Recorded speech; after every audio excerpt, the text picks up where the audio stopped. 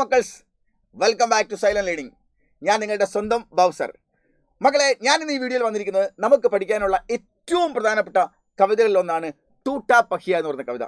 ഈ കവിതയിൽ നിന്ന് ഇന്ന് നമ്മൾ ചർച്ച ചെയ്യുന്ന കാര്യം പഠിച്ചു കഴിഞ്ഞാൽ നിങ്ങൾക്ക് 7 മാർക്കാണ് വരാൻ പോകുന്നത്. എങ്ങനെയാണ് ആ കാര്യങ്ങൾ നമ്മൾ നോക്കാം. മക്കളെ, നിങ്ങൾ സ്ക്രീനിൽ കാണുന്നത് കാണാം, ടൂട്ടാ പഹിയ. ഇത് 3 ക്വസ്റ്റ്യൻ്റെ ആൻസർ ഇവിടെ കിടക്കുന്നുണ്ട്. 3 ക്വസ്റ്റ്യൻ്റെ ആൻസർ. ഒന്ന്, ടൂട്ടാ പഹിയ കിസ് പ്രകാർ കി രചന ഹെ എന്നൊരു ചോദ്യം ചോദിച്ചാൽ നമ്മൾ ഉത്തരം എഴുതുന്നു കവിത എന്ന്. ഓക്കെ. പിന്നീട് നമ്മളോട് ചോദിക്കുന്നു ടൂട്ടാ പഹിയ കിസ്കി രചന ഹെ, ടൂട്ടാ പഹിയ ആരുടെ രചനയാണ്? അപ്പം നമ്മൾ ഉത്തരം എഴുതും ധർമ്മവീർ ഭാരതി. ഇനി ഒരു ചോദ്യം കൂടി ഇവിടെ കിടക്കുന്നുണ്ട്. ഏതായിരിക്കും ചോദ്യം? വളരെ പ്രധാനപ്പെട്ട ഒരു ഗ്രാമർ ക്വസ്റ്റ്യൻ ആണ്. ടൂട്ടാ പഹിയ എന്നിട്ട് ഇസ്മേ വിശേഷൺ ശബ്ദ കോൻ സഹേ, ഇതിൻ്റെ അകത്തുള്ള വിശേഷണ ശബ്ദം അഡ്ജക്റ്റീവ് ഏതാണ് എന്നാണ് ചോദ്യം. അപ്പോൾ നമ്മൾ ഉത്തരം എഴുതും ടൂട്ട എന്നുള്ളതാണ് അതിൻ്റെ ആൻസർ, പൊട്ടിയത് എന്നാണ്. ഓക്കെ. അപ്പോൾ ഈ 3 പ്രധാനപ്പെട്ട ചോദ്യങ്ങളുടെ ഉത്തരം നമുക്ക് ഇവിടെയുണ്ട്. അത് കഴിഞ്ഞാൽ നമ്മൾ ചോദിക്കുന്നത്, നമുക്ക് പരീക്ഷയിൽ ഇങ്ങനെ കവിതയുടെ ഏതെങ്കിലും 4 വരി തരും. തബ് മേം രത്ക ടൂട്ടാ ഹുവ പഹിയ ഉസ്കെ ഹാത്തോ മേ ബ്രഹ്മാസ്ത്രോ സെ ലോഹ ലേ സക്തവും. ഏറ്റവും കൂടുതലായി ചോദിച്ചു വരുന്നത് ഈ വരിയാണ്. അങ്ങനെ ചോദിച്ചു വന്നതിന് ശേഷം നേരത്തെ നമ്മൾ പറഞ്ഞ പോലത്തെ 1 വേർഡ് ക്വസ്റ്റ്യൻസ് ഒന്ന് ചോദിക്കും. പിന്നെ 2 മാർക്കിൽ ഉത്തരം എഴുതേണ്ടുന്ന പാരഗ്രാഫ് ക്വസ്റ്റ്യൻ ചോദിക്കും. അതിന് 2 സെൻറ്റൻസ് ഉണ്ടായാൽ മതി. പിന്നീട് 4 മാർക്ക് എഴുതാനുള്ള സമ്മറിയും ചോദിക്കും. അപ്പോൾ നമ്മൾ ആ സമ്മറി പഠിച്ചാൽ 3 മാർക്കിൻ്റെ 1 മാർക്കിൻ്റെ 2 3 ക്വസ്റ്റ്യൻസ് എഴുതാൻ പറ്റും, 2 മാർക്കിൻ്റെ ക്വസ്റ്റ്യൻസ് എഴുതാൻ പറ്റും, 4 മാർക്കിൻ്റെ എല്ലാം എഴുതാൻ പറ്റും. ആ ചോദ്യത്തിലേക്കാണ് നമ്മൾ പോകുന്നത്. ഇത് മാത്രം പഠിച്ചാൽ എല്ലാ ക്വസ്റ്റ്യനും ഇതിൽ ഇൻക്ലൂഡിംഗ് ആണ്. ചോദ്യം ഇതാണ്, ടൂട്ടാ പഹിയ നാമ കവിത ക ടിപ്പണി ലിഖി എന്നാണ്. അങ്ങനെ ചോദിച്ചാൽ മക്കളെ നമ്മൾ പറയേണ്ടത് ഏ കവിത ക ഭാഗ്, അതായത് നേരത്തെ തന്നിരിക്കുന്ന കവിതയുടെ ഭാഗം ഉണ്ടല്ലോ, ഏത് 4 വരി തന്നാലും നിങ്ങൾ എഴുതുക.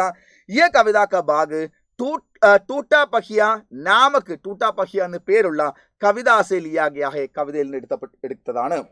എന്നിട്ടോ ഇസ്കെ രചയിത, ഇതിന്റെ രചയിതാവ് ശ്രീ ധർമ്മവീർ ഭാരതി ഹെ, ധർമ്മവീർ ഭാരതിയാണ് ഈ കവിത എഴുതിയിരിക്കുന്നത്. ഉനോനെ ഇസ് കവിതാമേ കാത്ത ഹെ, അദ്ദേഹം ഈ കവിതയിലൂടെ പറയുന്നു ടൂട്ടാ പഹിയോക്കോ ഫേങ്കോമത്ത്, പൊട്ടിയ ചക്രത്തെ എറിയരുത് എന്നാണ് ഈ കവിതയിലൂടെ പറയുന്നത്.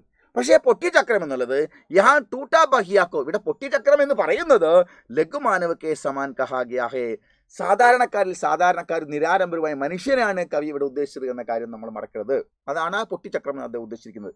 എന്നിട്ട് ഇസ് പങ്ക്തിയോമേ കവി കാത്ത, ഈ വരികളിൽ കവി പറയുന്നു ടൂട്ടാ പഹിയ ലഘു ഓർ ഉപേക്ഷിത് മാനവ കാ പ്രതീക്, പൊട്ടിച്ചക്രം ടൂട്ടാ പഹിയ ലഘു ചെറുതും ഓർ ഉപേക്ഷിക്കപ്പെട്ടതുമായ മാനവ കാ പ്രതീക്, മനുഷ്യന്റെ പ്രതീകമാണ്. ജിസെ ബേക്കാർ സമച്ചുകർ, അതിന് ഒന്നിനും പറ്റാത്തതെന്ന് മനസ്സിലാക്കിയിട്ട് ഫേങ്ക് ദിയാ ഗയാ ഹെ, ആളുകൾ സമൂഹത്തിൽ നിന്ന് പുറത്താക്കപ്പെട്ടിരിക്കുന്നു, അല്ലെങ്കിൽ വീടുകളിൽ നിന്ന് പുറത്താക്കപ്പെട്ടിരിക്കുന്നു. കവി ഉസ്കി സംഭാവനക, സംഭാവന എന്ന് പറഞ്ഞ സാധ്യത എന്നാണ്. കവി ഉസ്കി സംഭാവനക, സാധ്യതകളെ പഹച്ചാൻ തഹെ തിരിച്ചറിയുന്നു. ഓർ ഉസ്കി ക്ഷമതാവുക, അവരുടെ കഴിവുകളെ മൂല്യാങ്കൻ കർത്തെ വിലമതിക്കുകയും ചെയ്യുന്നു. യേ എക്ക് പ്രതീകാത്മക രചന ഹെ, ഇതൊരു പ്രതീകാത്മകമായ രചനയാണ്. അതായത് പൊട്ടിയ ചക്രം എന്ന് ഉദ്ദേശിച്ചത് സാധാരണക്കാർ നിരാലംബര ആളുകളെയാണ്. ഏ പ്രതീകക്കോ, ഇങ്ങനെ കഥ എഴുതാനുള്ള പൊട്ടിയ ചക്രം എന്ന പേരിട്ട് ഈ കവിത എഴുതാനുള്ള ഈ പ്രതീകത്തെ കവിനെ മഹാഭാരത കഥാസെ ലിയാ ഗയാ ഹെ, കവി മഹാഭാരത കഥയിൽ നിന്നാണ് എടുത്തത്. മഹാഭാരത കഥയിലെ അഭിമന്യു യുദ്ധം ചെയ്യുന്ന സമയത്ത് അദ്ദേഹത്തിൻ്റെ കയ്യിലുള്ള അസ്ത്രങ്ങളെല്ലാം നഷ്ടപ്പെട്ടു പോയ സമയത്ത് അവസാനം അദ്ദേഹത്തിന് ഒരു അതുവഴി പോയ രഥത്തിൻ്റെ ഒരു പൊട്ടിയ ചക്രം എടുത്ത് യുദ്ധം ചെയ്യേണ്ടി വന്ന ഒരു അവസ്ഥയുണ്ടായിട്ടുണ്ട്.